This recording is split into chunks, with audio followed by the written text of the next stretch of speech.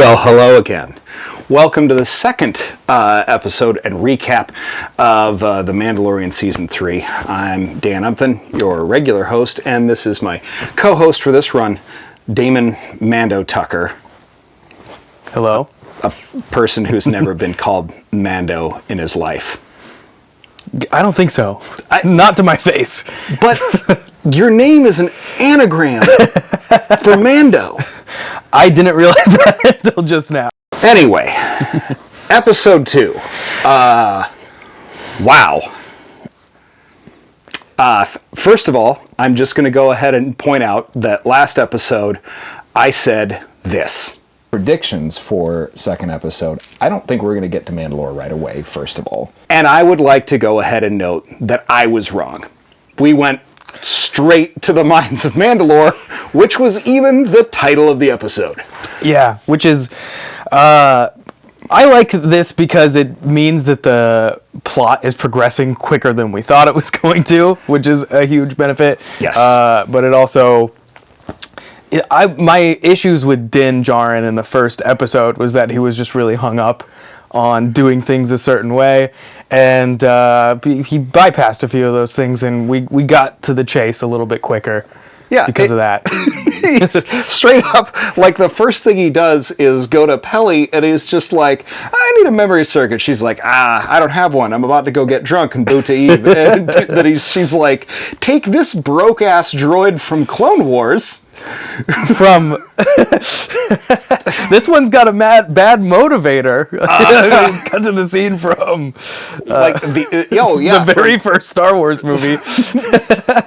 That is the same droid, and it's the same one that's in the, like, it shows up in the Clone Wars too. Yes. Anyway, Easter egg. It's very wild that it goes and ends up immediately getting lost. Yep. In the middle of the mines. Not even in the middle, like within the first few steps, and it's just like, uh-oh. Basically, as soon as they lose line of sight on him. And so it's immediately attacked by, what are they called?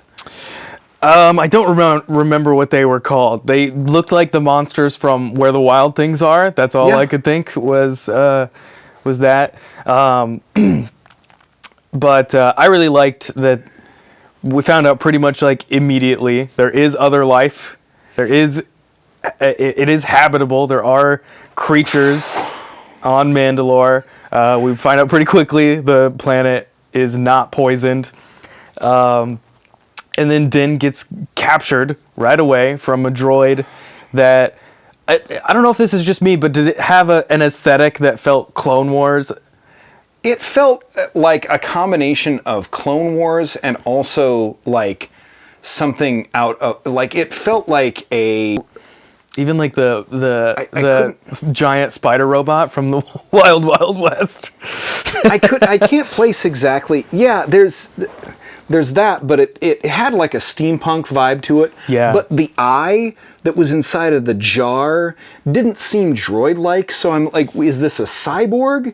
Yeah. And the first thing that I, like... And it was harvesting something biological from Dan. I guess it was just pulling blood out of him. The motivations of this droid are kind of a mystery, so maybe we'll find out. I imagine that, that's probably not the last we've seen.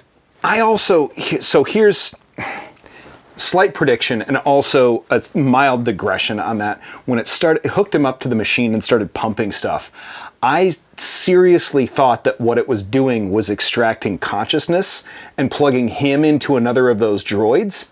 Okay. However, that got me thinking after the episode that it's possible that is a Mandalorian. I wonder if, like, underneath the planet, like, is there a crew of people, like, Mandalorian super mutants? It's a survivor was a survivor of the Purge and put itself into a cyborg to survive crab body. Okay. And it's just using like whatever biological fluid to keep the brain alive with nutrients, and it had been using alamites, and it's like, great, a humanoid, perfect, way better. I like this theory. Alamites is what they were called. Alamites. Also, Yes. another sidebar. We didn't plan this. Yeah, we should have talked about what we were wearing actually before I showed up here. Otherwise, we wouldn't be wearing the same outfit in a different color scheme. It's fine. It's actually appropriate. It would be much weirder if it was the same color scheme, but it's not. So we're good. One thing that was leading up to this and then kind of immediately following the capture of Din is there's a much like more apparent father-son vibe with Din and Grogu. He's gone from the, I'm on a mission to take this kid where he needs to go to be safe, and he's really just embraced the parent role.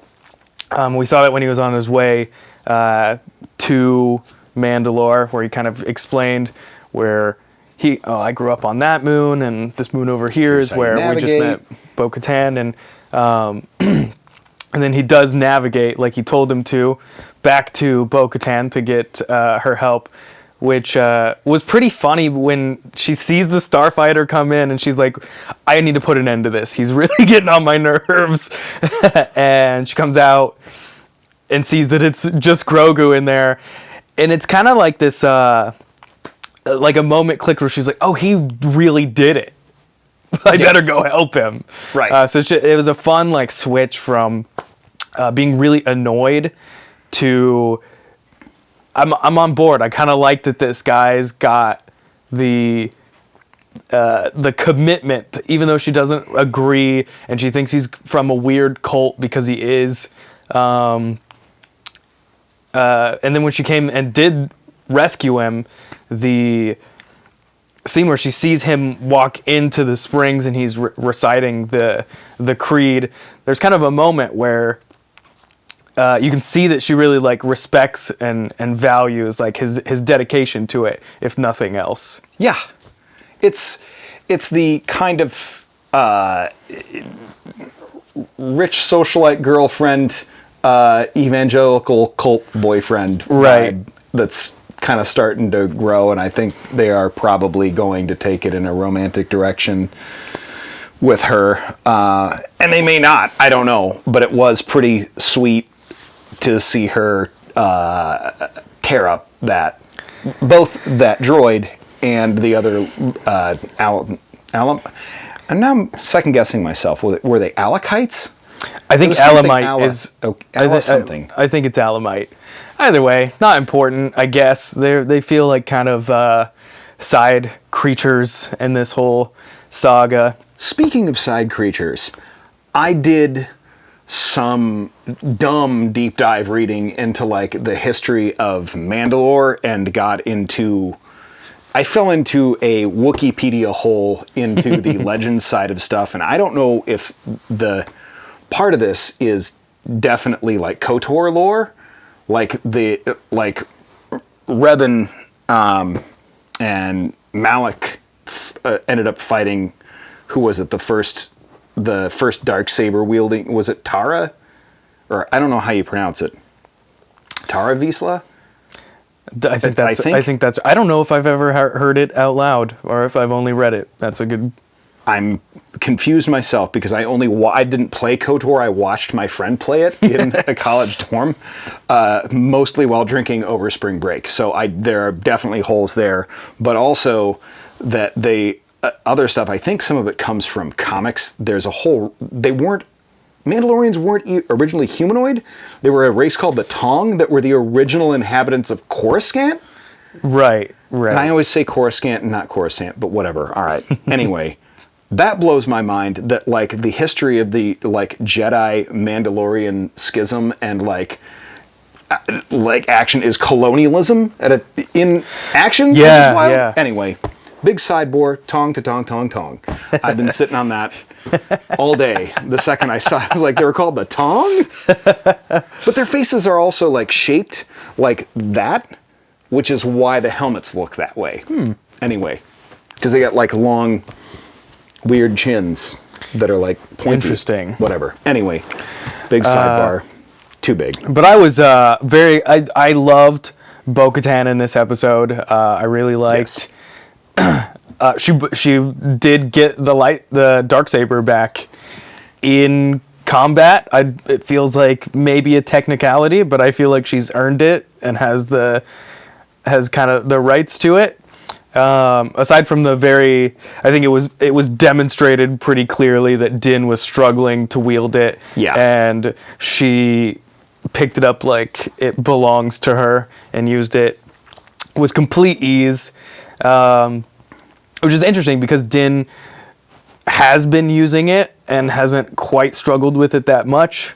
So it makes me think, like, is it that he has a lack of confidence because he's in this apostate situation, or is it actually that there is some sort of force connection with the magic of Mandalore? Well, it would follow because the Darksaber's got to have a kyber crystal, and the kyber crystal's force sensitive, and it knows whether or not he's force sensitive. So I wonder, I don't know. That also leads me to the question, which you always kind of get with lightsabers, is why does they sometimes appear to have weight and sometimes appear to be weightless? And this, like when Din was using it, definitely appeared to be very weighty. Yeah. And Bo-Katan, not so much. Like, she just runs up the underside like Jason of the Argonauts, just like rips a hole in it, just swing. Yeah. Well, in season 2, the armor did instruct him in combat with the Darksaber, and they kind of discussed that a little bit on the wielder's connection to it and whether or not they did.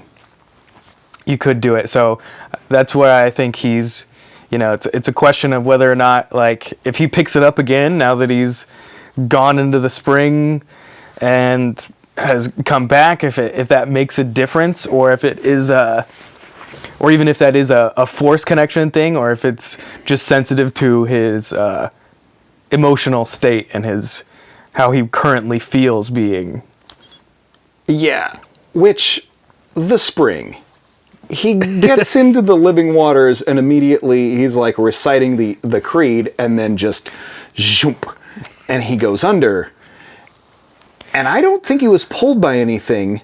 And I was like, oh, he got pulled down because she just read something about a mythosaur. And I was like, he got pulled down by a goddamn mythosaur. And she goes and follows him. And then as she's coming back up, there's a freaking mythosaur. And I about crapped my underoos because I was like, this is very wild because that's much bigger than what I thought they were. Enormous. Leviathans, like monstrous. Also pretty curious on why be dragged down to the bottom, and then kind of just let him be rescued and brought back up. That's kind of a curious thing, unless that's maybe part of the magic of the springs and part of the redemption. But yeah, we got to see mythosaur. Yes. And they don't look friendly, No. But they also would like just kind of let him go. Yeah. So I don't know. Predictions for episode 3 then. I'm not even really sure. Based on I really thought it would take longer to get where we are now. The one thing that I noticed a lot in this episode was Grogu's development was demonstrated so much clearly. I mean, right in the beginning when he just leaps out into Peli's arms, and then subsequently later when he rescues or tries to rescue Din, and then ends up escaping pretty easily, and he's clearly put some skill points into force push and pushes out one of those creatures on his way out. Yeah. He didn't really seem to struggle. He obviously had a little bit of fear and stuff, but he is clearly quite competent.